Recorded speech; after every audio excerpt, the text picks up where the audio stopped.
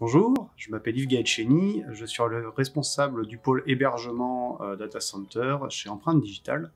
une scope de 50 collaborateurs basée à Angers. Nous sommes une entreprise RSE labellisée Lucie depuis 2018 et du fait de cette démarche exigeante de labellisation, nous avons une appétence particulière pour le numérique responsable et l'éco-conception sur lesquelles tout l'ensemble de nos collaborateurs sont formés.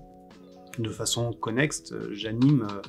la nouvelle communauté numérique responsable pour ADN Ouest avec Sébastien et je m'occupe plus particulièrement du groupe de travail orienté mesure.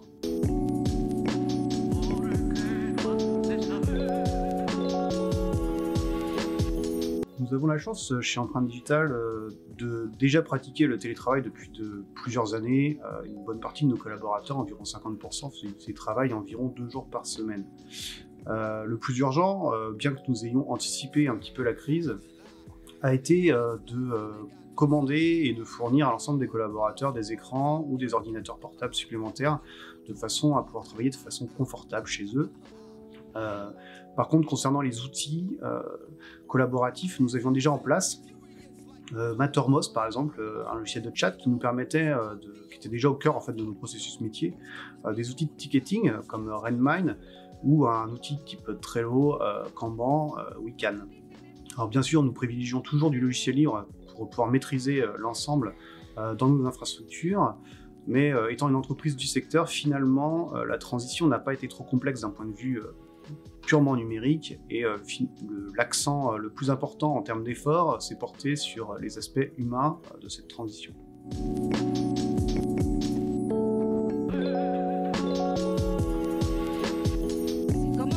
Le plus important, je pense, est l'humain en fait derrière l'outil technologique. Bien que nous soyons confinés et qu'on puisse communiquer qu'à travers de la visioconférence et des outils de chat, l'important était de réussir à parler avec l'ensemble des collaborateurs. Par exemple, au niveau du pôle hébergement, on a intensifié en fait les réunions de façon à pouvoir augmenter en fait la fréquence, de façon à pouvoir avoir des moments d'échange libres en plus des planifications de tickets ou des décisions de livraison. D'une façon plus générale, au sein de l'entreprise, l'ensemble des collaborateurs se retrouvaient le midi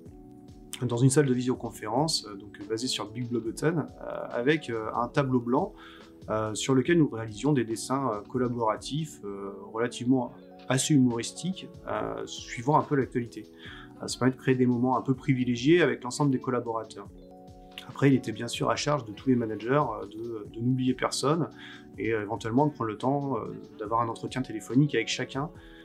pour voir le moral, ou voir les besoins, ou voir les points de blocage qui peuvent être présents quand on n'a pas d'autres personnes autour de soi naturellement pour travailler.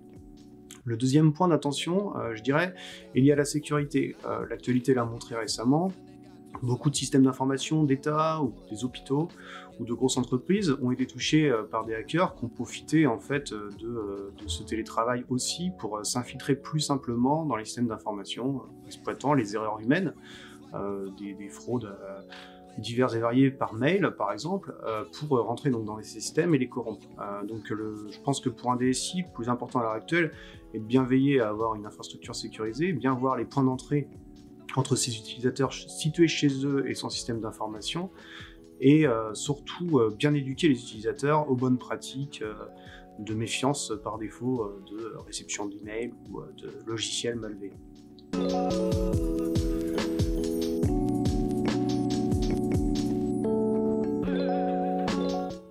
Le numérique peut apporter bien sûr beaucoup de choses dans vos métiers. Il peut simplifier vos workflows, il peut vous faire gagner du temps, il peut limiter vos déplacements, donc par là vos impacts. Il n'y a pas vraiment de limite en fait, c'est un peu notre métier chez Empreinte Digital de trouver des solutions et de développer des solutions qui s'arrangent en fait de vos pratiques métiers pour créer des logiciels qui vont permettre de mieux travailler de façon plus efficiente ou plus collaborative. Mais personnellement, je prendrais la question un peu différemment en me disant ce n'est pas est-ce que le numérique peut m'apporter, c'est quel numérique je veux apporter. Étant une entreprise numérique versée dans le numérique responsable, je pense que la question en fait, qu'il faut se poser, c'est quel numérique vous voulez pour votre entreprise et si vous voulez vraiment poser cette question d'impact social, d'impact environnemental, et qu'est-ce que vous voulez laisser à vos collaborateurs, comment vous voulez les protéger d'un point de vue privé RGPD, et par là même, du coup, en découleront les choix d'outils que vous ferez par la suite pour vos métiers respectifs.